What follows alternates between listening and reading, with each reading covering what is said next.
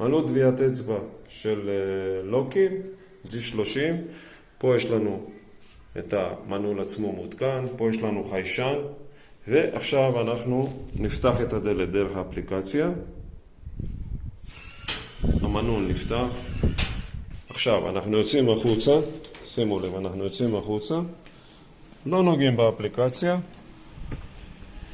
המנעול ננעל אוטומטית. אתם שומעים?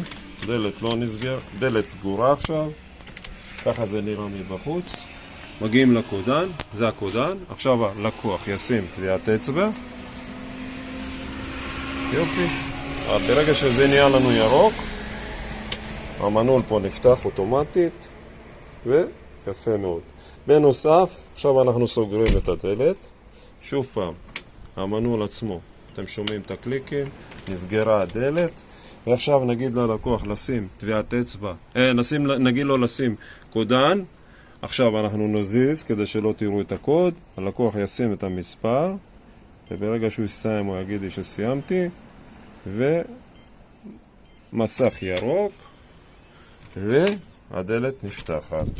תודה רבה לכם.